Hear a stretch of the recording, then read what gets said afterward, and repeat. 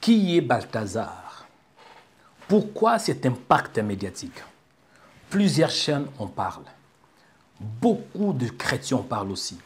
Et dans plusieurs réseaux sociaux, on voit des vidéos qui sont publiées. On voit des articles qui sont publiés. Et dans cette émission, nous allons en parler. Vous êtes dans Joël Onikanda Ministries. Et nous allons commencer l'émission maintenant. Shalom.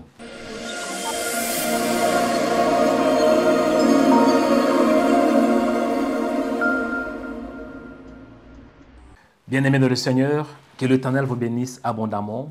Bienvenue dans cette chaîne et bienvenue dans Joël Onikanda Ministries. C'est Joël Onikanda, votre frère dans le Seigneur. Et vous êtes dans cette émission Rien que la vérité. Rien que la vérité est une émission chrétienne qui a comme pour but d'édifier, d'enseigner et de propager la bonne nouvelle de Jésus de Nazareth. Que la paix du Seigneur vous accompagne. Avant de commencer la vidéo, aimez si c'est possible.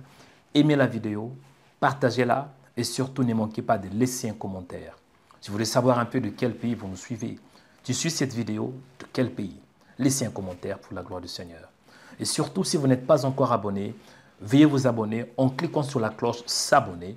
C'est alors que vous allez recevoir des notifications chaque fois qu'il y aura une vidéo. Ok, le premier point. C'est quoi l'affaire de Balthazar? Nous allons entrer dans la profondeur.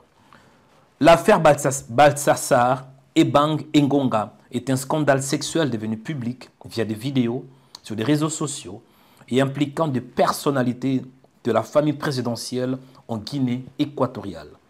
Le scandale sexuel impliquant le fils de Balthazar Engonga, Ejo, est une affaire devenue fortement médiatique.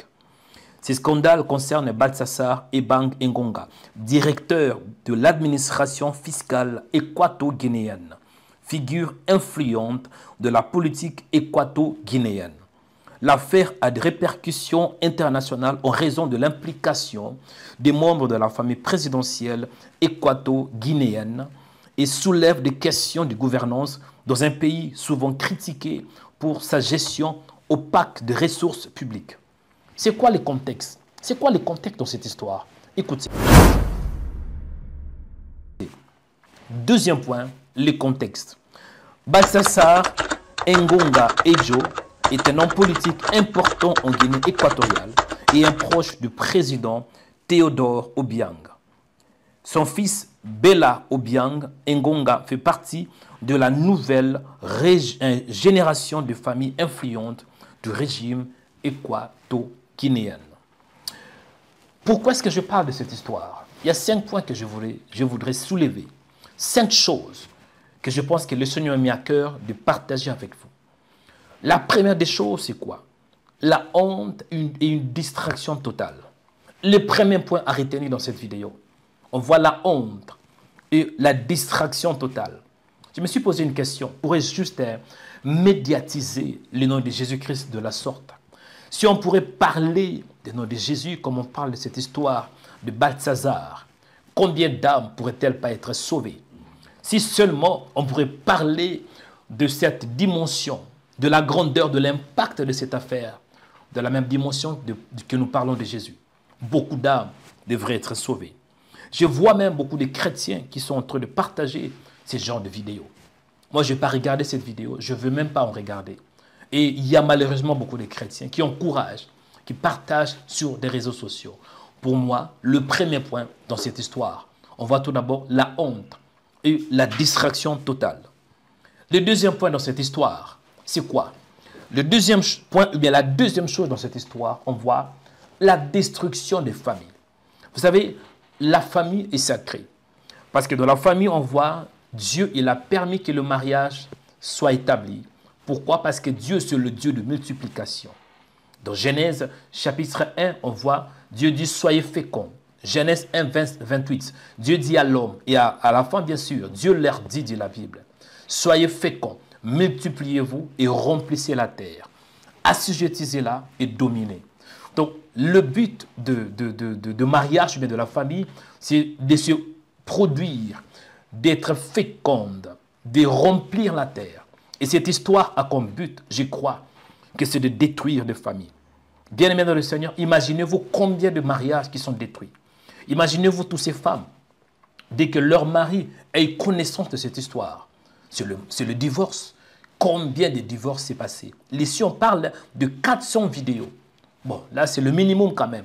Peut-être il y a encore plus. Mais imaginez-vous les 400 femmes, leurs maris, leurs enfants, leurs proches, leurs parents qui sont impactés.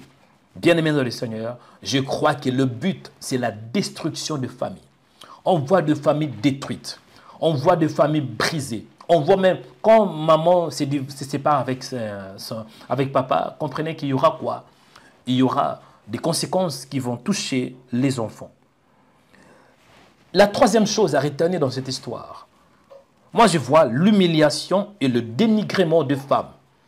On voit des femmes bien-aimées dans le Seigneur dans cette histoire, qui sont dénigrées, qui sont humiliées. Or, la femme est sacrée.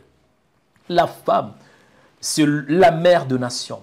La femme, lorsqu'on parle d'une femme, on voit l'éducation d'une nation. Mais dans cette histoire, on voit l'humiliation. La femme est dénigrée. La femme est humiliée. Bien-aimée dans le Seigneur, c'est la honte. Et dans la plupart des cas, Satan vise des femmes. Ça n'a pas commencé aujourd'hui. Dans les jardins d'Éden, Ève a été attaquée par le diable. Et la même histoire se répète. On voit plusieurs femmes qui sont attaquées. Et pour moi, je crois que c'est l'humiliation et le dénigrement des femmes. Quatrième point à retenir dans cette histoire, on voit la fornication et l'adultère. Vraiment bien aimé dans le Seigneur, dans cette histoire, on voit l'impudicité, l'adultère qui atteindra une nouvelle dimension.